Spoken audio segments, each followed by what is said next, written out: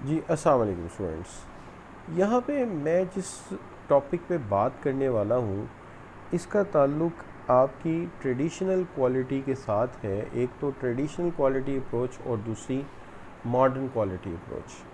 Traditional quality management का जो असूल है वो ये है कि supervisor tell the employees what to do based on the organisations short term goals and objective. यानी जो उन्हें कस्टमर आकर कहता है या जो चीज़ आइडेंटिफाई करता है, सीनियर वो बात जूनियर को कम्युनिकेट करता है, जैसे कि स्टेटस को का तरीका है कि वो उसी रूटीन पे काम करते हैं कि सीनियर्स को जो शॉर्ट टर्म बेस पे यानी डेली रूटीन में जो प्रॉब्लम्स आते हैं वो जूनियर को कहता है। लेकिन आज का दौर जो है वो टोटल क्वालिटी मैनेजमेंट का है, जिसके अंदर मसला ये है कि सबसे पहला असूल ये है कि प्रोसेस एंड प्रोडक्ट सर्विसेज जो हैं उसको डिज़ाइन किया जाता है, फिर इम्प्लीमेंटेशन की जाती है जिसमें ऑर्गेनाइजेशनल कमिटमेंट शामिल होती है और जहाँ पे लीडरशिप और एम्प्लॉयज़ जो हैं वो मिलकर इस कमिटमेंट के साथ क्वालिटी को मैनेज करते हैं, जिसके नतीजे में total quality management as an outcome सामने आते हैं। तो टोटल क्वालिटी मैनेजमेंट को देखा जाए तो इसमें all member of organisation from lowest employees to highest executive सब मिलकर परस्यू करते हैं एज अ टीम और लॉन्ग टर्म सक्सेस के लिए काम करते हैं और कस्टमर की लॉन्ग टर्म सेटिस्फेक्शन के लिए काम करते हैं। ये रोज़मर्रा प्रॉब्लम को सॉल्व करने की बजाय, एवरीडे राइज होने वाले प्रॉब्लम की बजाय सिस्टम को इतना बेहतर बनाते हैं कि ये कंप्लेंट्स और ये प्रॉब्लम पैदा ही ना हो। अगर हम एक वाज़ा कंपैरिजन करें तो हमारा जो ट्रेडिशनल क्वालिटी मैनेजमेंट का तरीका है उसमें सीईओ मिडल मैनेजमेंट सुपरवाइज़र और सुपरवाइज़र एम्प्लॉयज़ को समझाने या ड्राइव करने की कोशिश करता है। लेकिन टीक्यूएम बेस के ऊपर देखा जाए तो कस्टमर को सबसे ऊपर रखा जाता है, ना कि सीईओ को। कस्टमर के बाद दूसरी अहमियत उन एम्प्लॉयज़ की होती है जो कस्टमर के साथ डायरेक्टली इंटरेक्ट करते हैं, चूँकि उन्हें पता है कस्टमर क्या चाहता है। सुपरवाइज़र उनकी ओपिनियन को अपनी एडवाइस के साथ शामिल करते हुए इंस्ट्रक्शंस देता है और उस चीज़ को मिडिल मैनेजमेंट तक कन्वे किया जाता है और मिडिल मैनेजमेंट उसको सीईओ यानी ऊपर वाले लेवल तक प्लानिंग में इन्वॉल्व करते हैं। इस तरह इस सारे अमल में लोअर लेवल से लेके अपर लेवल तक के लोग जो हैं वो इंटरेक्ट कर लेते हैं और शामिल हो जाते हैं।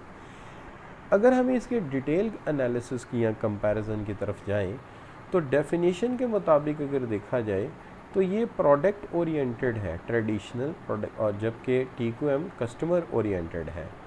प्रायोरिटीज़ की बात की जाए तो यहाँ पर सर्विस एंड कॉस्ट हमारी प्रायोरिटी है, जबकि यहाँ first among of the service and cost है, इसको फर्स्ट प्रायोरिटी समझा जाता है, जबकि यहाँ पर सर्विस एंड कॉस्ट को सेकंड प्रायोरिटी समझा जाता है। यहाँ फोकस शॉर्ट टर्म है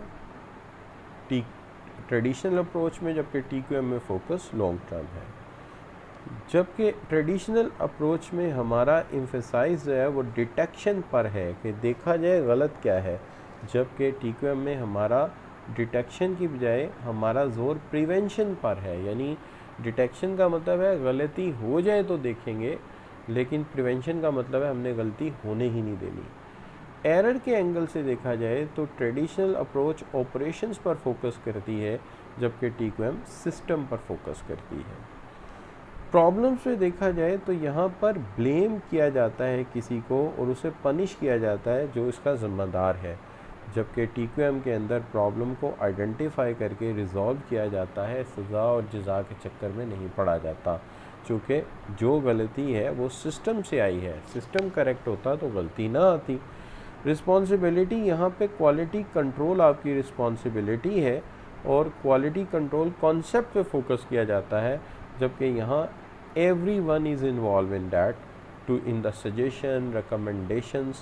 अच्छा, ये सिस्टमेटिक नहीं है, ये इंडिविजुअल और मैनेजर पे बेस करता है, जबकि यहाँ team base systematic approach pick की जाती है प्रॉब्लम सॉल्विंग के अंदर।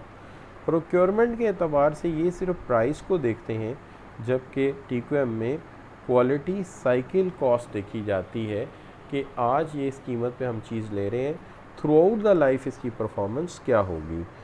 मैनेजर रोल के मुताबिक यहाँ प्लान किए जाते हैं, साइन किए जाते हैं, कंट्रोल इन्फोर्स किया जाता है, जबकि TQM में मैनेजर रोल को डेलीगेट किया जाता है, कोचिंग की जाती है, फैसिलिटेट किया जाता है और मेंटोरिंग की जाती है। इम्प्रूवमेंट के एंगल से यहाँ एरोटिक अप्रोच है, यानी गलतियाँ आती रहेंगी, ठीक करते रहेंगे, जबकि TQM में एक कॉन्टीन्यूस अप्रोच है कि हमने चलते जाना है और आगे बढ़ते हुए गलतियों को रिजॉल्व करते चले जाना है। यहाँ एक आध सवाल आपसे पूछ लेते हैं। The cost arising from failure to meet quality standard occur before service reach to the customer.